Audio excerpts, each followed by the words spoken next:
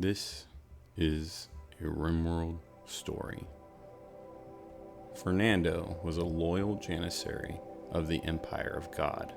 Recruited at a young age, he didn't know his mother or father, only the teachings of the Empire. He didn't question orders or stray from the responsibilities given to him. Appreciating his role in the Empire, he expected to live with the few comforts and joys expected to him, and eventually die a soldier's death. He had seen far worse on the Rim. His life seemed like a paradise compared to the horrors he had seen others endure, so he didn't question his fortune. That is, until the day he met Helena, a Glitterworld noble girl. Pure, innocent, and elegant, Helena offered kindness to Fernando when other nobles would barely offer their thanks for his acts of service. When he would return from a mission, she would cheerfully greet him. When he was injured and nursing his wounds in the infirmary, she would visit him and keep him company. Before long, Fernando felt an emotion he had never known before: love. He longed for her gaze, he prayed for her company, and he acted in an effort of finding her attention. Before Helena, the only affection Fernando felt was the nuzzle of a boomalope. The same boomalope he once sought refuge with, escaping discipline during his youth in the military academy. You see, pain was the only form of affirmation offered to him in his life.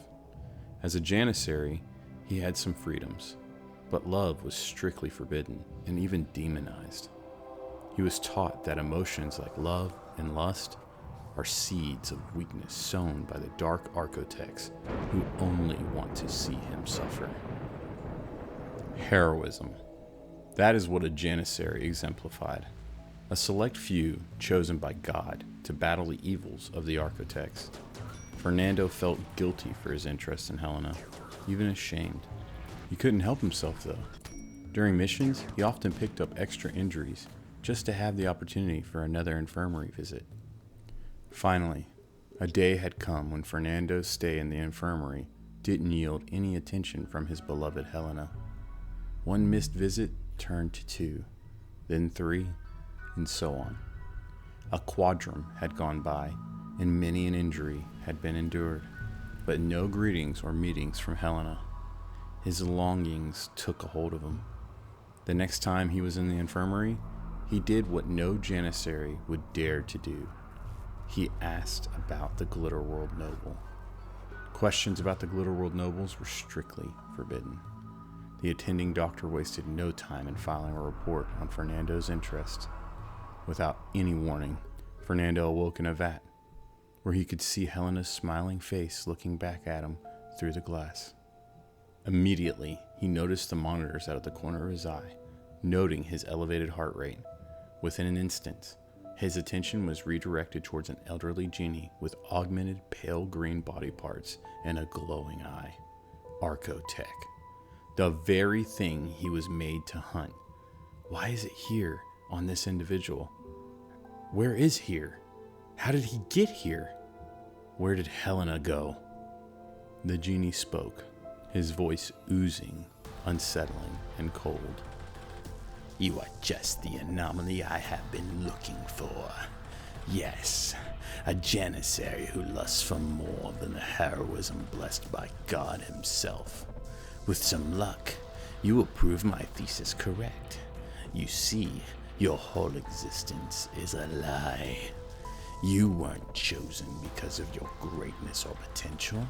You weren't chosen at all, especially not by God.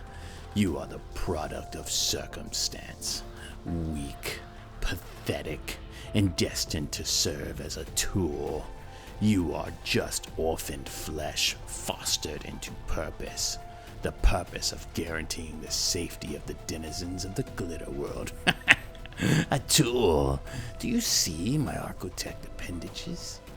Yes, janissaries hunt through ruins and kill anything in their way, all to reward their masters with this precious technology. You did a bad thing, janissary. Love is forbidden for your ilk. an evil emotion designed by the architects. Idiot, weak fool.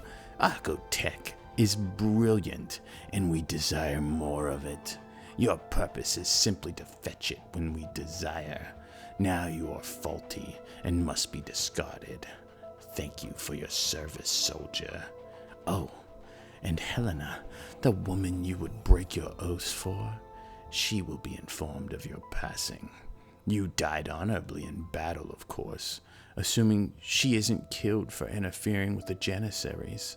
It is forbidden to tamper with your ilk, after all. Filthy beasts of burden. I can only imagine your rage. Yes, squirm, you pitiful insect. Fernando's vision started to fade to black before the faint glint of the genie's glowing eye disappeared into the darkness. Feeling the thud of a metal bar hitting his head and the ache of a crick in his neck, Fernando awoke in a transport pod. It was shaking violently, as if breaking through an atmosphere. Without warning, Fernando sank into his seat as the jets fired, the pod landing on the ground and splintering open, leaving only scraps of metal behind. Naked, Fernando stood in puzzled rage. His life was a lie. His desire was torn from him. Everything he had been told is now in question. Only one thing echoed in his mind, the fundamental truth he had lived his whole life. Power is everything. Fernando felt the lust that the genie had mentioned for the first time, not for Helena, for whom he still desired, but for revenge.